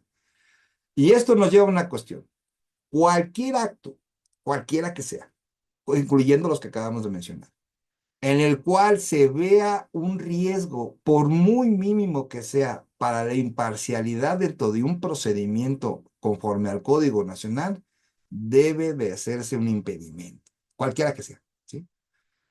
Por ejemplo, hay un oficial dentro del juzgado que tiene un problema en una carpeta de investigación con una de las partes. No sé, por ejemplo, el oficial tiene que pagar una reparación del daño o la parte tiene que pagar una reparación del daño al oficial. Eso es un vínculo que hay. Es otra materia, porque aquí estamos en civil, ¿sí? Pero eso es materia penal. ¿Pero qué creen ahí ese vínculo? ¿Hay un riesgo de imparcialidad? Sí, entonces se debe generar el impedimento. Esas cuestiones son complicadas de identificar, pero sí pueden suceder, ¿sí? Fracción séptima, si asiste o ha asistido convivientes de especial que se le ofrecieran o costear a alguna de las partes que litigan el asunto o sus personas representantes autorizadas antes y después de comenzado el procedimiento, o si se tiene familiaridad con los mencionados o cohabitan con ellas, ¿ok? Escuchen esta parte. Si asiste o ha asistido a convites que especialmente se le ofrecieren o costear alguna de las partes. Ok, bien, pues olvídense de que cuando son parte de un procedimiento conforme al Código Nacional, que se lleven a comer al oficial, que se lleven a comer al secretario, pues vamos a invitarle una comida al juez, vamos a llevárnoslo a comer. No, si eso se llega a demostrar, va a haber un impedimento, ¿sí? O sea, no debe de haber, vuelvo a lo mismo, debe de haber ni un peligro para que se pueda ver una imparcialidad, ¿sí? Cuando después de iniciado el procedimiento de la autoridad jurisdiccional, su cónyuge, concubina, concubinente, ascendiente o descendiente, se haya recibido dávidas, ¿no? Eso digo, claro, eso, claro, pues ya lo sabemos, ¿no? O sea, no pueden pagar dinero, no pueden pagar favores, no pueden pagar algo a las autoridades jurisdiccionales y obviamente también entre las partes, ¿no? Obviamente que pueda generar imparcialidad, ¿sí? Eso obviamente está prohibido hasta por la ley. Otra es que si ha sido abogado o procurador, ha fungido como apoyo o ha recibido apoyo para el ejercicio de la capacidad jurídica, perito o testigo en el procedimiento de que se trate o de cualquiera de las partes en cualquier otro procedimiento. Aquí me llamó mucho la atención esta parte.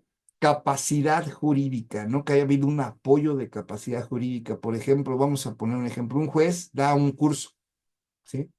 Da un curso y obviamente ya estando como juez, ya teniendo una hojita que diga, usted es el juez 24 de lo familiar en el Tribunal de Puebla, ¿no? Bien. Y da un curso. Y ese curso resulta que, pues, alguna de las partes ahí estaba, ¿no? Es un curso en el cual se hizo en tal universidad, el juez da el curso y obviamente una de las partes fue su alumno. Y puede haber impedimento. Entonces, lo que va a pasar cuando ya este código esté activo, pues por ejemplo, en lo que respecta a los jueces, que sería o los oficiales o alguna autoridad jurisdiccional, pues se va a ver impedido en dar capacitación jurídica, aunque sea gratuita, a las partes, porque pues bueno, va a haber un pequeño problema ahí, ¿sí? Es importante checar que, bueno, que se tiene que acreditar esta parte. Lo veo un poco complicado porque imagínense, a ver, tráigame todos los nombres de las personas que capacitó el juez y revisar, pues que todos los nombres, alguno se cruza la información y se determina que, mira, en tal asunto, expediente número 12333, una de las partes, el juez le dio clase. Ok, entonces ahí como que, híjole, ahora, es una cuestión académica, ¿sí? Pero aquí el punto es que lo señala el Código Nacional, ¿sí? Entonces, pues va a existir esa parte ya cuando entren en vigor, de que con esa capacitación pues está prohibida. Bueno, más bien no prohibida, sino, bueno, no se debe realizar porque puede ser un impedimento para llevar el procedimiento. Si ha conocido el procedimiento como autoridad jurisdiccional, árbitro asesor, resolviendo algún punto que afecte la sustancia de la cuestión en la misma instancia o en otra. Un juez no puede llevar, o un órgano judicial no puede llevar otras instancias del mismo asunto. Si hay otras instancias que va a tener que resolver en un determinado asunto, tendrá que ser otro órgano jurisdiccional que lo resuelva, precisamente para que no caiga en un impedimento. Cuando la autoridad jurisdiccional, su cónyuge, concubina, concubinario, concubimiento o alguna de sus parientes consanguíneos, sin limitación de grado, siga contra alguna de las partes o no ha pasado un año de haber seguido un juicio civil o una causa criminal, ¿sí? Ojo, cuando una autoridad, como lo mencioné, lleva una carpeta de investigación, va a quedar impedido, pero ojo, el código te señala una cosa, si no ha pasado un año. Si pasó un año de haber hecho un juicio civil o una causa criminal entre alguna de las partes y alguna autoridad jurisdiccional, no va a haber impedimento, no hay problema. Pero es un año. Si no ha pasado un año de haberse seguido ese juicio civil o esa causa criminal, va a haber impedimento. Entonces, puede ser querellante, denunciante, que se haya constituido como parte civil, una causa criminal, y seguido a cualquiera de las partes, ¿no? Cuando alguna de las personas representantes autorizadas sigan o hayan seguido un juicio civil o una causa criminal, ¿sí? Y no han pasado un año o más de haber causado de ejecutoria un procedimiento jurisdiccional en contra de la autoridad jurisdiccional de que se trate, su cónyuge, su concubina, concubinario, concubiniente. Bueno, estamos hablando, ya hablamos de las autoridades jurisdiccionales. Bueno, ahora, ¿qué pasa cuando actúan los representantes? Y estos representantes autorizados, ¿quiénes son? Somos nosotros, abogados representantes, abogados que estamos actuando junto con la parte actora o con la parte demandada. Cuando nosotros como abogados representantes tengamos un juicio o una causa criminal con algún representante de la autoridad jurisdiccional, también es impedimento. O sea que nosotros no tenemos que tener nada, o bueno, o tenemos que analizarlo si fue hace un año, ¿no? Sobre todo con cualquier elemento del juzgado, ¿sí? Va a haber ese impedimento también. Cuando la persona servidora pública, su cónyuge, concubina, descendiente, parientes colaterales, sea contrario, ¿no? Sea contrario a cualquiera de las partes en el procedimiento administrativo que afecte a sus intereses, ¿sí?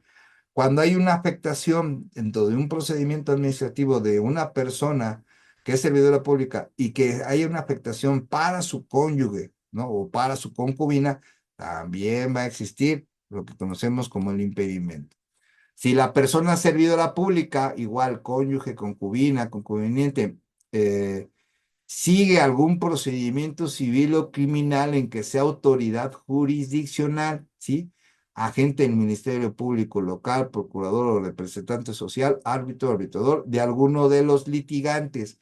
Ok, hay un proceso del servidor público y el representante litigante, ¿sí? Igual, lo mismo. No debe de haber ninguna situación de vínculo, ¿sí? Ya sea vínculo afectivo, vínculo en razón de un juicio civil, vínculo en razón de un juicio criminal. O sea, no debe de existir ningún tipo de, digamos, conexión entre lo que son los partes litigantes, la parte actora por sí, la parte demandada, su representante, los trabajadores del juzgado, incluyendo obviamente al juez.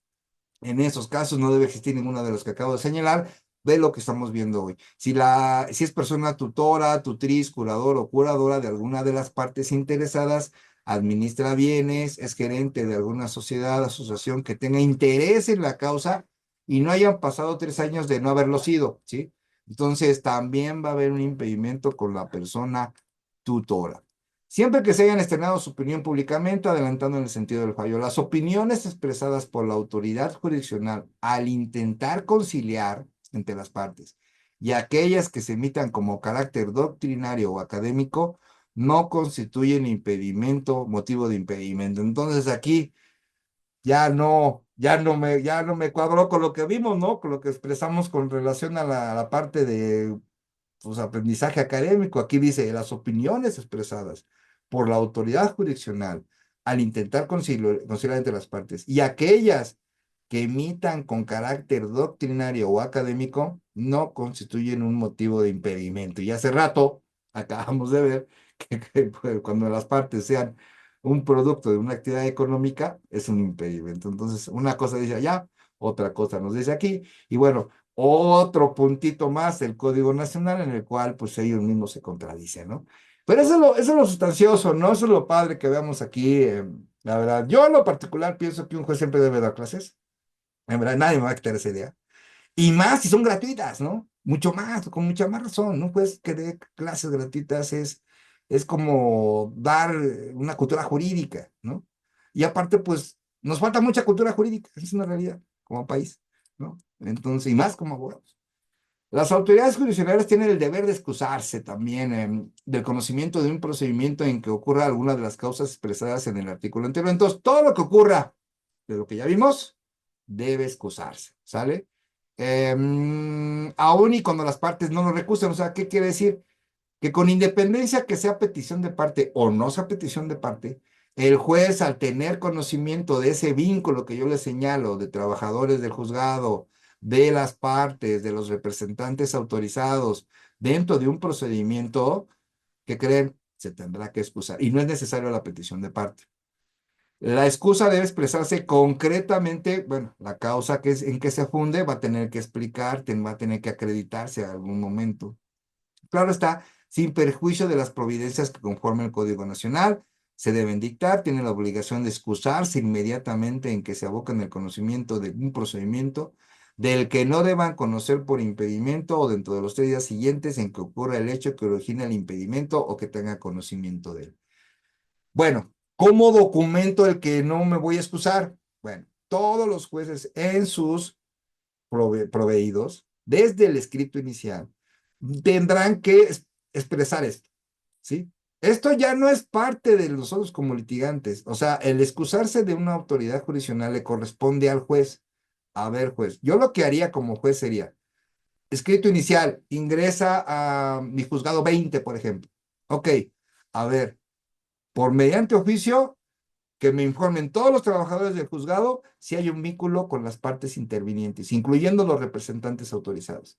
Y cada uno de los trabajadores me va a tener que firmar que bajo protesta de decir verdad, no tiene ningún vínculo con las partes, pero todos, ¿sale? Y eso lo tengo que integrar al expediente. Yo como juez, a ver, espérame, yo ya les pregunté. Y aparte, yo, juez, bajo protesta de decir verdad, yo no tengo ningún vínculo con las personas actuantes ni los representantes autorizados en este procedimiento penal. Entonces, por tal motivo, no me excuso y es más, soy competente para poder resolver tal situación. Y lo tienen que poner. Ojo, a mí en lo personal, cuando esto entre ya de forma procesal en los tribunales, me gustaría verlo. Y ahí se los dejo de tarea. Cuando ustedes empiecen a llevar asuntos dentro del Código Nacional de Procedimientos Civiles Familiares, ¿qué creen? Para que no se excuse el juez, debe de haber un proveído de la naturaleza que yo les estoy mencionando. Muy sencillo. ¿Por qué? Porque el Código Nacional lo señala, ¿sí? ¿Por qué no debe excusarse? ¿Por qué no debe impedirse? ¿Por qué no debe inhibirse? ¿Por qué no debe existir una declinatoria? Se supone que en competencias, de entrada la competencia la tiene que analizar desde el momento del primer segundo que entra el escrito inicial al tribunal, ¿sí? Y aquí no va a haber de que no, que el juez litigante tuvo la culpa, que yo por qué lo tengo que revisar. Discúlpame, mi hermano, pero ¿qué crees? Tú eres trabajador del tribunal y yo no voy a hacer tu chamba, ¿sí? Haz tu trabajo y lo que te corresponde. Y muy sencillo, si no te gusta, ahí está la puerta, bien grandota, date de baja y dedícate a otra cosa, ¿sí? Así de sencillo, ¿sí? Entonces, mucho ojo con eso. Aparte, es un tema muy interesante, ¿no? Pero sí, pues tenemos que aprender de él. Lo hagan los jueces, no lo hagan, ese ya no es mi tema, ¿no? Porque eso ya el juez, se supone, en teoría, que un juez sabe más que nosotros, en teoría, ¿sí? Pero sí lo dejo así, lo dejo como que entre comillas, ¿no? Recusación. Bueno, ¿qué es eso de la recusación? Bueno, cuando la autoridad jurisdiccional no se excusa a pesar de existir alguno de los impedimentos, procede la recusación. Ok, bueno, no se excusó el juez, existe esa figura, procede la recusación que siempre pondrá en causa legal. ¿Sí? Bueno, siempre y cuando exista ese impedimento, ojo. Bien, solo puede hacer uso de la recusación ¿quién? Las partes, parte demanda, actora, parte demandada, personas interesadas o sus representantes, o sea, nosotros, como abogados. La persona que represente a los acreedores en el concurso solo podrán hacer uso de la recusación en los procedimientos que afecte al interés general. O sea, si afecta a todo el interés, sí. Aquí la pregunta es cómo acreditamos que se afecta a todo el interés general, pero bueno. Así lo dice el código, el cual se calculará por el porte de las porciones, ¿no? Bueno, pues habrá acreedor, si hay varios acreedores, yo creo que sí habría ahí tema, pero si es un solo acreedor, pues yo creo que no, y va a poder solicitar la recusación, en los que afecta intereses de particular alguno, de las personas acreedoras, por la parte interesada, el uso de la recusación, pero la autoridad jurisdiccional no quedará impedida más que en el punto de que se trate, nada más. Resulte cuestión, se reintegre el principal, ¿no? La persona designada como albacea, él va a tener la facultad de recusación o interventor en los juicios sucesorios. Entonces, fíjense que aquí ya no hemos visto el juicio sucesorio, pero ¿qué creen? Ya tenemos aquí dos figuras. Albacea, pues conocida por todos nosotros, pero ¿qué será ese interventor? ¿Qué será ese interventor? Bueno, pues vamos a esperarnos hasta que lleguemos a lo que es el juicio sucesorio en el Código Nacional.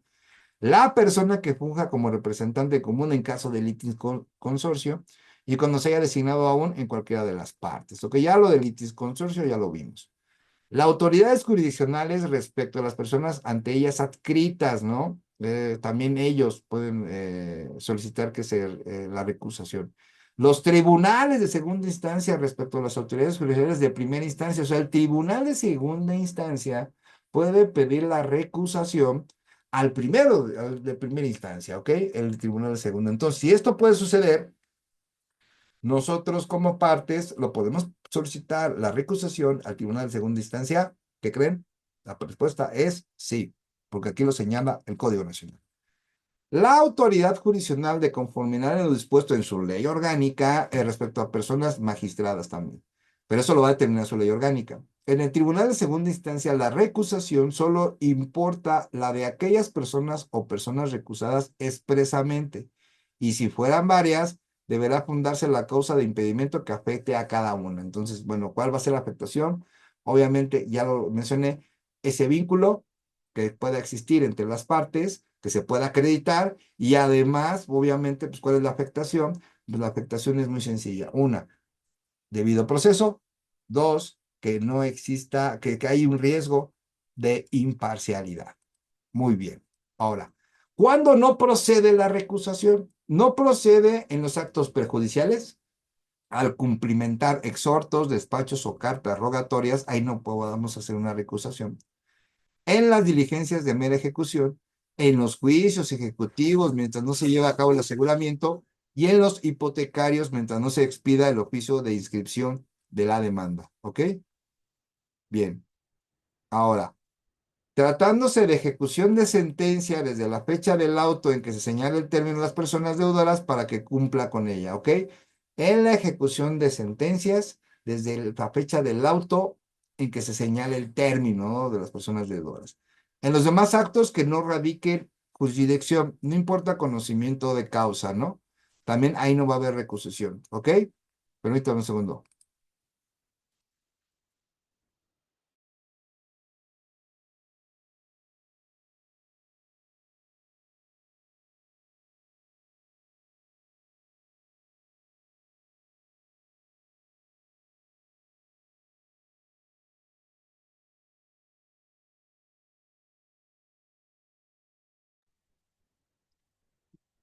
En los demás actos que no radique jurisdicción, ¿no? Si la ejecución de sentencia fuera mixta o si hubiera oposición de tercera persona o se pusieran excepciones en contra de la ejecución, será admisible la recusación.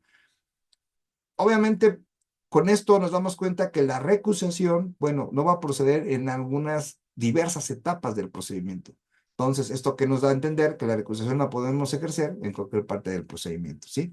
Bueno, que también hay que verlo porque si aquí se supone que no procederá, pues quiere decir que sí se admite que se pida, ¿no? Así, vámonos a contrario el censo. En los procedimientos de apremio, en el juicio que empieza por ejecución, no se dará curso a ninguna recusación. Procedimientos de apremio, ¿de qué hablará? Más adelante lo veremos. Si una vez practicado el aseguramiento, hecho el embargo, o el levantamiento del embargo, en su caso, o anotado la demanda en el registro público de la propiedad, o oficina registral, o cualquier otra institución análoga según la entidad federativa. Entonces, cuando hay un embargo, levantamiento o a la anotación de la demanda en el registro público de la propiedad, ¿qué creen? No hay recusación. En esos procedimientos de apremio, que bueno, más adelante sabremos de qué se trata. La recusación puede interponerse en todo momento antes de la admisión de pruebas. Aquí nos dice, ¿no? La recusación deberá presentarse a más tardar dentro de los 5 días a partir de que se conozca la causal que la motivó. Y este término a mí sí me gustó. Porque, por ejemplo, ya llevas un mes de juicio, ¿sí? Y tú la causal, pues sí existía, pero no la conocías. O sea, ¿cómo puedo acreditar de que sí la conocí, estaba, pero no la conocía? Es ahí el punto clave, ¿no? Entonces, desde el primer momento que nosotros sepamos de una recusación, tenemos que hacerlo y tenemos 5 días, ¿ok? Porque si no, nos la pueden hacer inválida cuando tú la pidas posteriormente, ¿sí? Y más si tuviste la posibilidad de conocerlo, que nosotros como abogados tenemos que conocer todo el asunto, ¿ya creen? Sí, ¿ok? Ahora, en tanto se califica o decide la recusación, se suspenderá la jurisdicción de la autoridad jurisdiccional, excepto para la fijación de la garantía y administración de la recusación. Entonces ya nos apareció otra figura en la recusación, la garantía, fíjate. Así como para el dictado de las medidas provisionales, ¿ok? Sobre alimentos, separación de personas o aquellas que afecten derechos. Esas medidas provisionales, aun cuando se haya solicitado la recusación, no se quitan. Las medidas provisionales, y más cuando se trata de niñas, niños y adolescentes, y de alimentos, quedan fijas. Esas no se mueven, ¿ok? Y obviamente también va a formar parte de las personas en situación de vulnerabilidad, en grupos que sean vulnerables, ¿no? También esas providencias o diligencias de ejecución van a continuar, ¿sí? Declarada procedente o fundada la recusación, termina la jurisdicción de la autoridad jurisdiccional en el procedimiento de que se trate. Una vez interpuesta la recusación, la parte recusante no podrá retirarla en ningún momento. O sea, aquí la recusación no existe. Ay, perdone usted, ya no lo vuelvo a hacer. No, se sigue, se continúa. Ni variar la causa a menos que sugiera un impedimento superviniente. Ojo, ya nos habla de un impedimento superviniente, o sea, que sea nuevo, ¿no? En cuyo caso se podrá permitir la sustanciación de una nueva recusación. Entonces, puede haber un impedimento que nazca, que no teníamos conocimiento o que fue de un hecho, apenas se tiene conocimiento, sí se puede. Si se declara improcedente o no aprobada la causa de recusación que se hubiera alegado, no se volverá a admitir otra recusación contra la misma autoridad. O sea, con otras autoridades sí, pero contra la misma no. Salvo cuando ésta se sustituya o cuyo caso podrá hacerse valer la recusación. ¿Ok? Entonces ahí no va a haber una segunda. A ver, la autoridad jurisdiccional o el órgano disciplinario que conozca la recusación la va a desechar de plano. Bueno, ¿cuándo la va a desechar de plano? Esto quiere decir que queda desechada, o sea, ni siquiera va a haber una audiencia, ni siquiera se le va a dar vista a las partes para que puedan decir a lo que a su derecho convenga, sino simplemente se va a desechar. ¿Ok? ¿Cuándo va a ser? Cuando fue puesta solicitada extemporánea, por forma extemporánea, cuando no se funde alguna de las causales que ya vimos, cuando no se precisen los hechos en que se motive, o sea, acuérdense que tenemos que tener elementos objetivos, elementos subjetivos, elementos normativos para por cualquier análisis que tiene que ver jurídico. Nuestros hechos, pues obviamente hay hechos que van a motivar la solicitud de la recusación y cuando no se precisan esos hechos, pues no es imposible hacer una recusación. Y obviamente no se ofrezcan pruebas o no se precisen los puntos sobre los que deba versarse las mismas. Entonces, ¿qué te ofrecen por una recusación? Primero, hechos, además, pruebas, y esas pruebas, ¿en qué punto se van a versar? Son las tres características que debemos de tener para una recusación.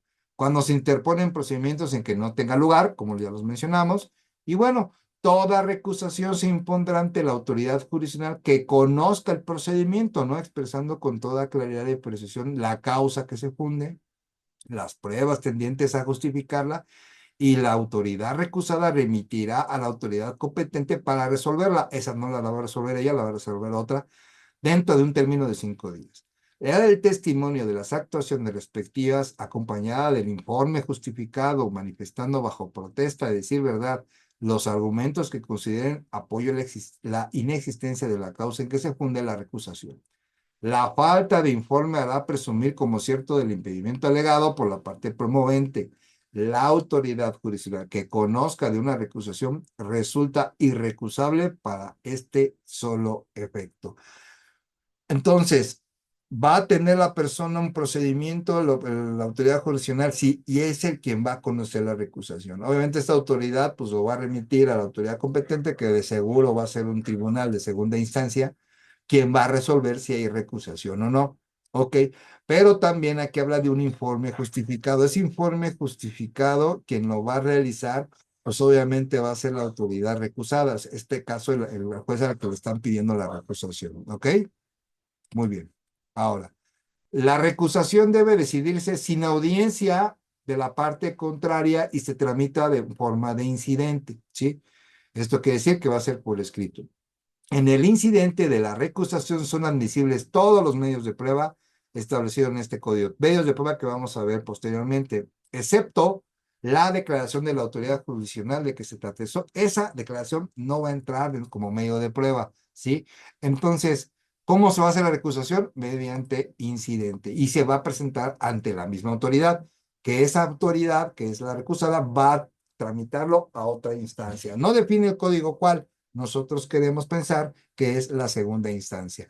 La recusación de las autoridades jurisdiccionales integrantes del tribunal de segunda instancia, ya ven, conocerá aquella que le corresponda o a efecto la que la ley orgánica de tal los tribunales determinen, los tribunales locales y en su caso el Tribunal Federal. Si una autoridad jurisdiccional de segunda instancia dejara de conocer algún asunto, por impedimento o por recusación, conocerá de la autoridad judicial que designe mediante el turno, o sea, otro juez, ¿sí? Entonces, esto de la recusación también tendrá un efecto, tendrán que hacerse un pronunciamiento el órgano jurisdiccional, sí. Esa es tarea del juez, no es tarea de nosotros. Pero sí nosotros, ¿qué tenemos de tarea? Identificar cuáles son esos impedimentos, inhibitorias, las declaraciones, checar, por ejemplo, si existe una recusación, pero eso es labor de nosotros, ¿sí? Y lo tendremos que, pues, llevar a cabo. Cuando todas las autoridades jurisdiccionales que integren la sala estuvieron impedidas de conocer un procedimiento, que veo muy raro este asunto, o sea que todos los de segunda instancia no pueden conocer por una recusación, pues bueno, pasará el conocimiento a la sala que le siga en números a otra sala, ¿no? Si las autoridades jurisdiccionales de las salas de la materia civil y familiar estuvieran impedidas de conocer, pasará el asunto de conocimiento a otra sala de otra materia, ¿no? Por ejemplo, mercantil, ejemplo, ¿no? Por el orden indicado y en estas también se agotará. Se integrará una sala que conozca del asunto con autoridades jurisdiccionales de todas las materias que correspondan. Y esto ya sería, pues imagínense, ¿no? A ver, tráiganse a los de laboral, a ver si no están para recusación. No, pues que también recusados, no, pues tráete otros y así, no creo, o sea, no, la verdad no, no creo tanta exageración, pero bueno, la ley lo estipula. Para el caso de que una autoridad judicial deje de conocer un caso por impedimento, recusación o excusa, deberá remitir el expediente a la autoridad judicial respectiva, ¿no? A su área administrativa o conforme a la ley orgánica lo establezca, ¿no? Conforme turno, a quien le toque. Obviamente, en la sentencia incidental se declara procedente la recusación, se comunicará a la autoridad judicial correspondiente para que ésta, a su vez, remita todos los autos dentro de 3 días, ¿sí? En la sala, la autoridad judicial recusada quedará separada del conocimiento del procedimiento y se contemplará la misma forma. O sea, el que queda recusado entrega el asunto. Si se declarara improcedente la recusación, se comunicará la resolución a la autoridad jurisdiccional de su origen. Si la autoridad jurisdiccional recusada fuese una persona magistrada, continuará conocimiento del procedimiento de la misma sala como antes de la recusación, pero obviamente esa persona magistrada que sea recusada ya no podrá llevar el procedimiento. La recusación promovida contra otras personas servidoras públicas, de acuerdo al organigrama del Poder Judicial, no suspenderá el procedimiento y se proveerá de inmediato a quien deba sustituirlo en tanto se resuelva la recusación a fin de dar continuidad al curso respectivo. Existe una recusación, pero ahora es un servidor público, ¿ok? Este servidor público va a tener que ser sustituido en lo que se resuelve la recusación. En el caso de que fuera favorable la recusación, o sea, que si existiera, ya no va a poder formar parte del procedimiento. Y bueno, por último, la recusación de las personas servidoras públicas antes mencionadas se sustanciará ante la autoridad jurisdiccional ante la que se encuentren adscritas, resolviendo de plano, ¿no? En todos los casos, la resolución que se decida una recusación es irrecurrible y como es irrecurrible, el único medio que nos queda es el juicio de amparo. Pues bueno, nos aventamos toda una historia aquí, la verdad muy padre, muchas gracias por estar aquí con nosotros. Son temas luego no los quieren ver, no sé qué pasa, pero son bien importantes. O sea, es importante conocer las responsabilidades de los servidores públicos, conocer cuándo deben ser impedidos. Cuestiones que luego no nos damos cuenta y bueno, nos ayudan muchísimo para llevar un procedimiento. Y más en el Código Nacional, que es el que vamos a aplicar ya más adelante. Y en verdad, muchísimas gracias por todo su apoyo. En verdad, muchísimas gracias. En verdad. Y bueno, pues veremos la próxima. La próxima continuaremos con este gran diplomado que tenemos. Permítame un segundo, por favor.